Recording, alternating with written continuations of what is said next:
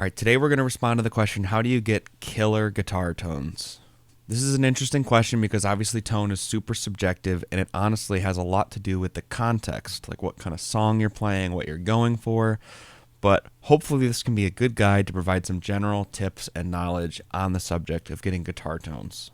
Good guitar tones have a lot to do with the equipment being used, but it also has a lot to do with the person playing the guitar. So this brings me to point number one, and that is to be a great player. Now, what does that mean? Does that mean you have to be a virtuoso? No.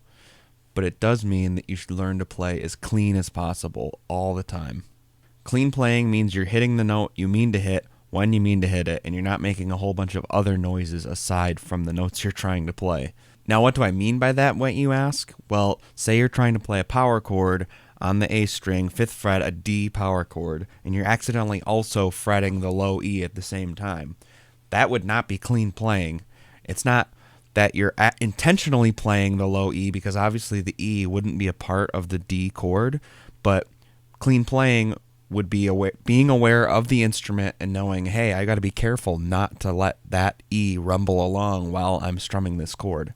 Another example is if you're not fretting hard enough and you're getting a buzzy sound, or if you're fretting too hard and you're going sharp. This could also mean if you're trying to play a fast-picked lick, that your right hand is going faster than your left hand. You're trying to play a rhythm on your left hand, and you're moving your left hand accordingly, but your right hand is just blasting through fast picking. You're not going to get the exact and clean intended rhythms that you're going for. So it's worth noting that in order to get killer guitar tones, you should work on your technique and try and play as cleanly as possible. One quick tip for guys and gals who are playing electric guitars, they make these fret wraps that go on your headstock, and you can move them up and down accordingly to wherever you're playing. But basically, it just blocks the strings that you're not playing if you're playing lead lines and things like that, and it can help you from accidentally bumping other strings and sending them through the signal and making your playing less clean. All right, so this next tip is along similar lines as my last tip about being a good player, but the second tip is to have a quality instrument. And that doesn't mean you have to spend thousands, but have a good instrument and have it set up as good as possible. For those who don't know, and this could be a whole other series of videos, guitars need to be set up as well as possible to get the best performance out of them. Not just being in tune, that's like the bare minimum. There's also this thing called action that sets how far the strings are off of the frets. And then you have to worry about intonation as well, which is the tuning going up and down the instrument. You don't want to play an E down here and then an E up here and they're not in tune with each other. The instrument actually has to be put in tune with itself across the fretboard. Other things that come to mind is proper restringing and stretching of your strings so that you can be in tune and hold tuning as best possible. There are other factors that I'm not going to get into, like what tuners you're using and what type of nut your guitar has and how it's cut and things like that, but you want to have your guitar set up as best possible by someone who really knows what they're doing. And I know enough to be dangerous about this sort of thing, but I like to take my guitars to a professional if I want them to play their best and sound their best. If you're local to the Syracuse area, which is where I am, I use RT Customs. Randy is great. He takes care of me, and the guitars play so much better when I get them back, and they're in tune better, and everything about them just feels right. So you don't want to sleep on a good qualified guitar tech who can set you up right. Now, this is where things end for the most part for acoustic guitars. Unless we're talking about how to record them and things like that, which, again, I might do in another video, we're going to keep focusing on the question, how to get killer guitar tones. And I think for the remainder of the video, we're going to focus in on electric guitars because there's a lot more involved with getting really good electric guitar tones.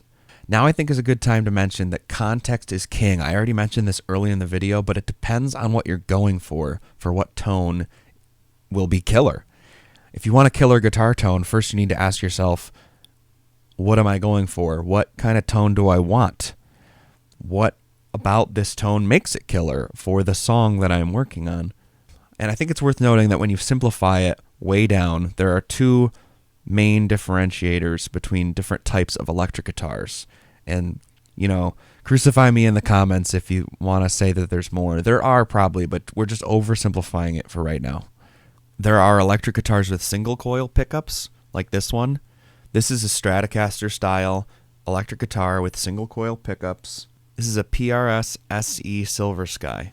And then there are guitars with humbucker pickups like this one. This is a Paul Reed Smith SE Custom 24, and it has humbucking pickups. As you can see, they're bigger than the last guitar. In general, single coil pickups have a thinner sound, and humbuckers have a thicker sound. But there's a lot more to it than that.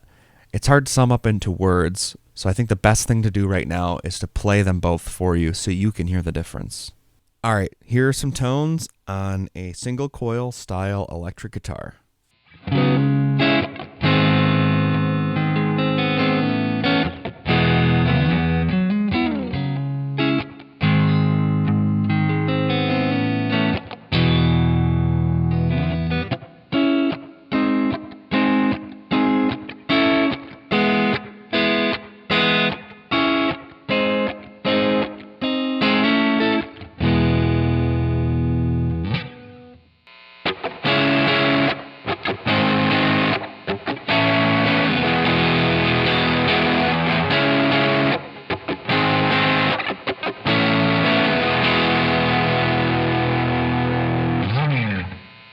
And here's just some goofy lead playing. I'll give you an idea of maybe what you can do with the lead tones.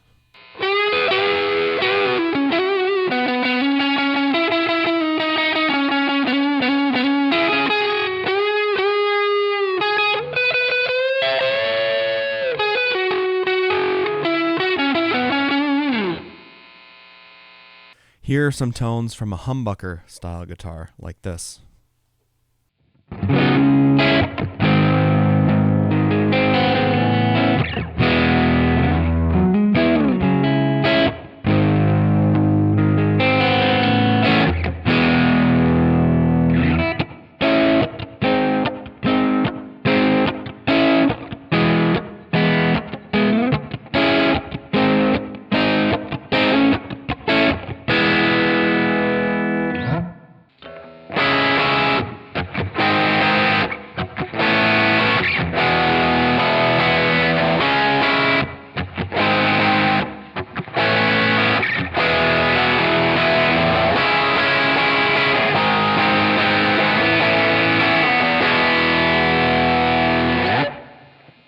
And again, here's some goofy lead playing just so you can get an idea of the lead tone.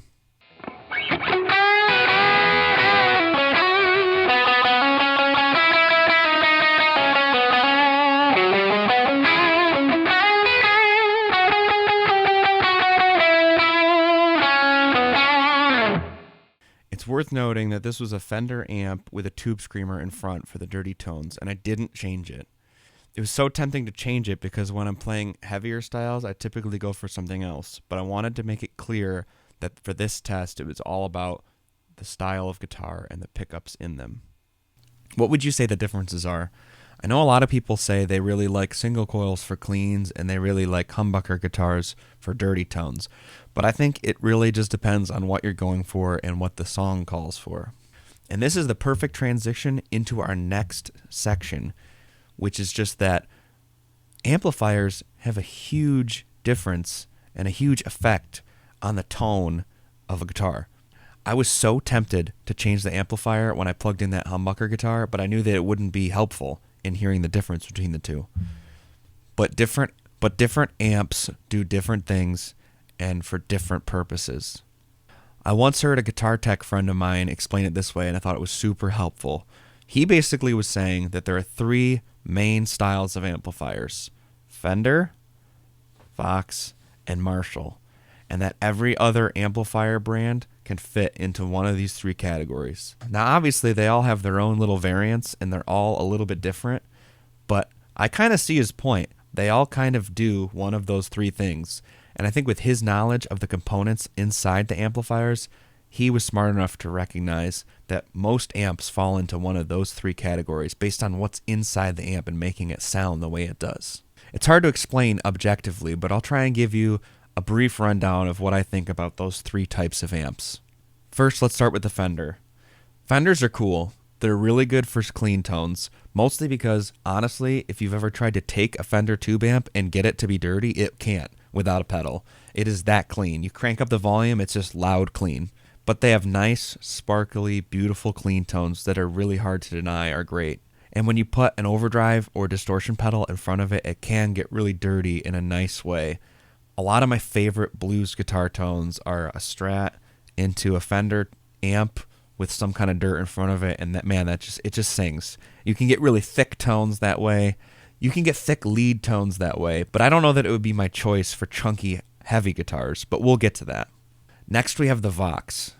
The Vox is an interesting beast because it does one of my favorite things really well, but it's very specific. The Vox is a very clean style amplifier, but then when you drive it, it can get dirty, which means it does the crossover from clean to dirty very, very well in a very natural way, just based on your playing. You can play nice and light and be really clean, and then dig in on the guitar, and you can get really heavy kind of tones.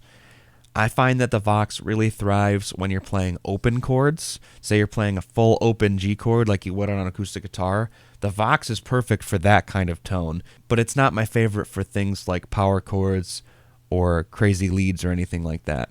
But obviously, it can do that as well.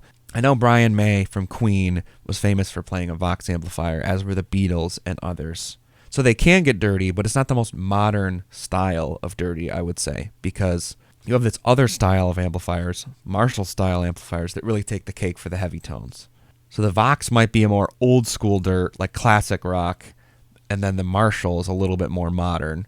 So the Marshall-style amplifier, I think you could probably classify most heavy amplifiers in this category, based on if you're really narrowing it down to 3 categories. Mesa Boogie, Randall, Peavey, Marshall, anything heavy like that will fall in under this one category.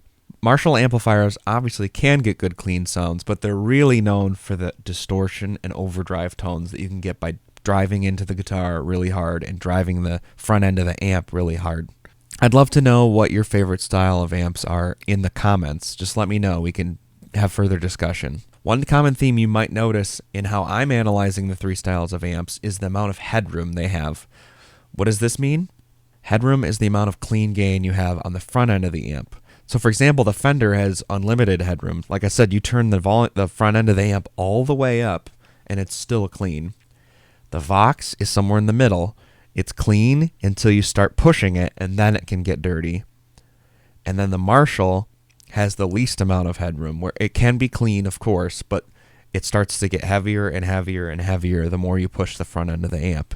You're driving the guitar through tubes, and those tubes are what's distorting the amp, on a tube amplifier, that is. I'm not going to spend a lot of time in this video talking about the difference between tube and solid-state amplifiers, but just know this. Tube is the original amplifier, and it's often the sound that people are really after. Now, that doesn't mean that solid-state amps can't sound good, but hypothetically, they're really trying to copy tube amps. So for the sake of this video, I'm going to focus mostly on tube amplifiers. And that brings up another interesting topic. We live in a day and age where people aren't always using real amplifiers. I personally, believe it or not, do not own a single guitar amplifier. I've owned many in my day.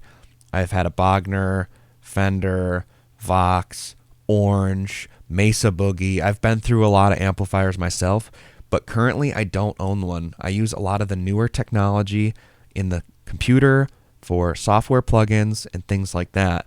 And honestly, when I play live now, I even use a pedal to create an amp. I personally like the ease.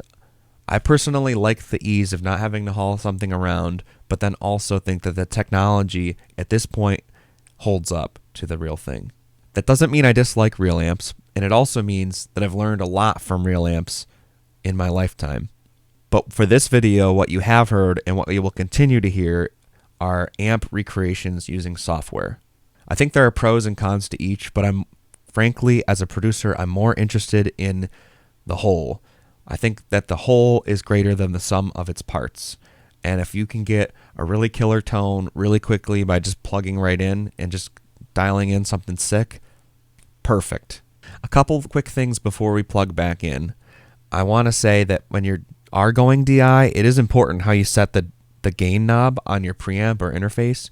You don't want to go too hot and you don't want to go too soft, which is just a general rule of thumb. But honestly, be careful because that has a lot to do with how you hit the amp. It's going to affect the amount of headroom that you have in the box. And when you are dialing things in, whether on a real amplifier or on software, be aware that it's okay to go bananas with those knobs. They're pretty safe, like the treble, bass, presence, all that. Like, do whatever it takes to make it sound the best that it can. Don't be worried about doing something wrong. Effects pedals are also going to have a huge role in the tones you're going to get. And again, for me, a lot of it has to do with what I'm going for and how I need to push the amplifier. I usually reach for extra overdrive or distortion if I need to, if I need to push the amplifier to get it where I want it to go. I don't start there. I usually start with the amplifier I want, trying to get it without a pedal. And then there are all kinds of fun effects pedals that I'm not going to get into right now. But I don't have anything against doing that. Whatever it takes to get the product that you want. Now that was a lot all at once. Why don't we slow down for a second, and before we move on to processing, I'm going to show you those 3 main types of guitar amplifiers, just so you can kind of get an idea. So first, let's check out the Fender.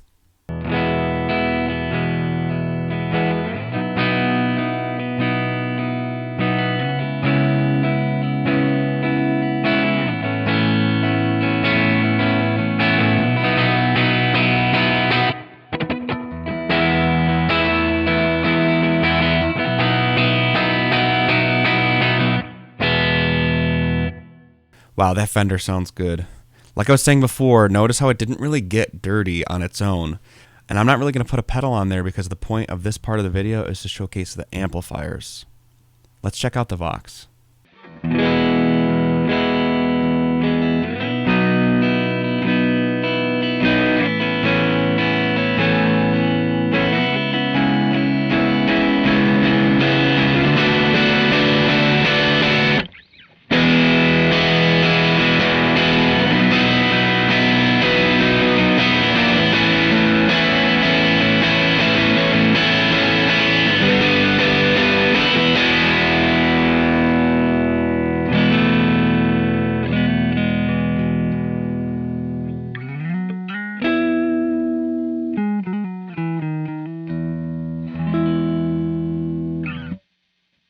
The Vox is one of my favorites for what it does well. As you just heard, it's a super dynamic amplifier, and you can tell, based on what I was playing, it was super soft in some parts and super heavy in other parts. And it very naturally goes from clean to dirty based on how you play. So like I said earlier in the video, it can do both. Let's see what the Marshall has to say.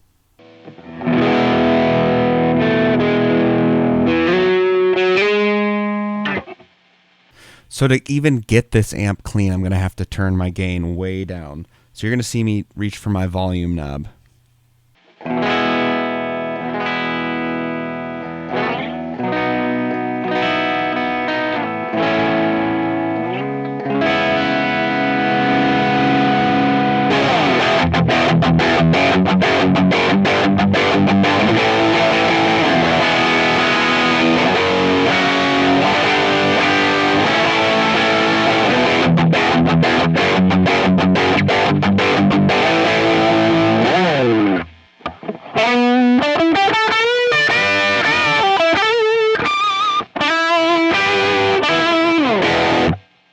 So based on that, the Marshall really just screams heavier.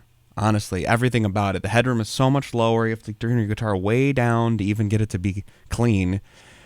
But it thrives at the heavy stuff, man. That's why all the classics were using them basically from the late 70s, 80s on. And there's just so many amplifiers that have been, again, like we've been talking about, have been inspired by this idea of like really heavy guitar tones. It really changed the course of music. Why don't we take the rest of the video to take a look at what I would do in the mix to mess with some electric guitars to get killer tones. So we're going to pop into this track, Life's Worth Living by my guy, Virtue745. I'll put the link in the description. This is what we're working with. Do what's right, yeah, if you try to, you could do anything. I know now. So please just listen. I know now. Life is worth living. I know now. So please just listen. I know now. Life is worth living.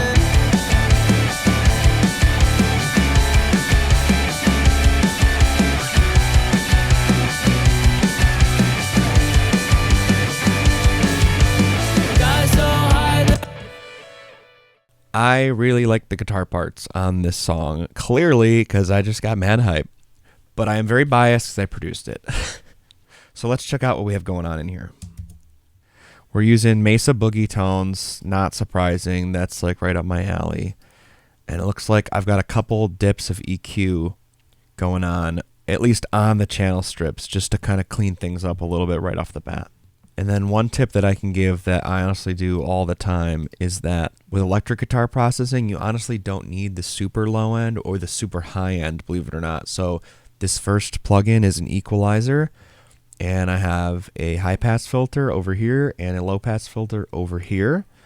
And it's just removing all the super unnecessary sub frequencies and the super brittle highs that don't really make up much of the tone anyway. I forget where I first learned this, but it honestly is nice because anything you can get to get cleaner is what you're going to do, right? Next is a favorite of mine, Soothe 2.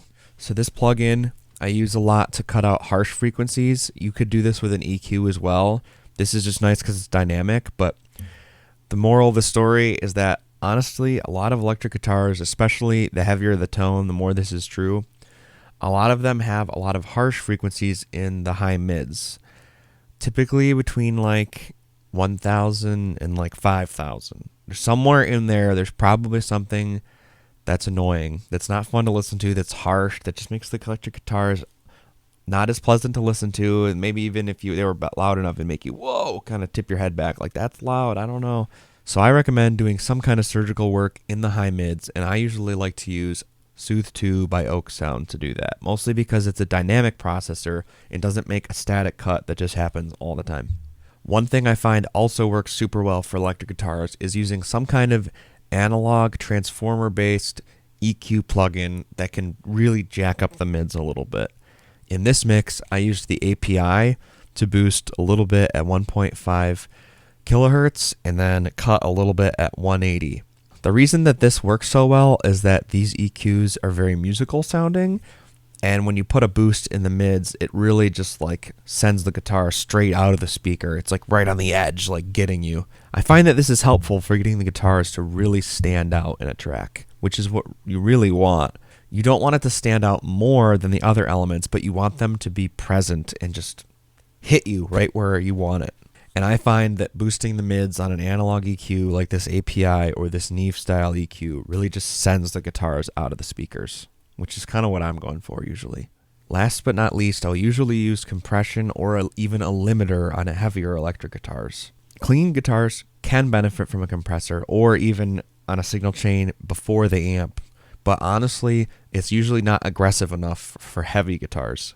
Heavily distorted electric guitars already have compression, and without digging too much into it, it's because of how distorted it is. What's happening is you're sending a signal or a wave into the amplifier, and what happens is when the signal hits the tubes really hard, it actually chops off the tops of the signal, which is exactly what compression does. So when you're working with heavily distorted guitars, you honestly often need to use a limiter because it's the only tool that will be aggressive enough to make a big difference. I hope that this video was super helpful and will help you get the guitar tones of your dreams. Please subscribe to the channel, and I'm going to have a link to my email list in the description if you want updates in your email about new videos and blog posts or any information like that. And please leave a comment telling me what you want me to cover next. I'm going to try and do a video once a month to try and just give as much value to you folks as I possibly can. Till next time.